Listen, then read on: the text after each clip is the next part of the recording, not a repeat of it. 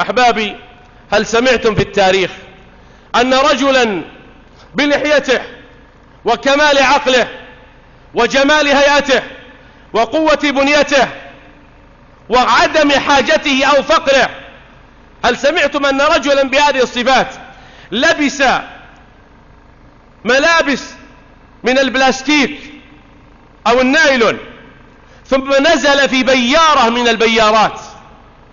سمعتم بهذا؟ أحد يتصور هذا؟ أحد يتخيل أن هذا يقع؟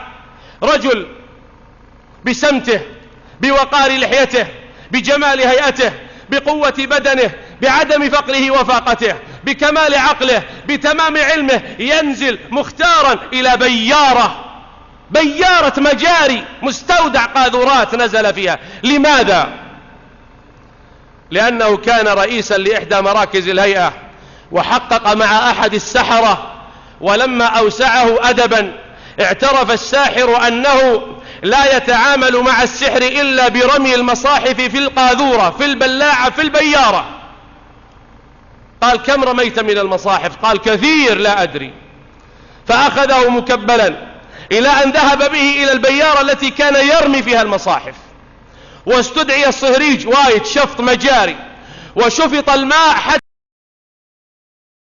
خلاصة القاذورات المركزة.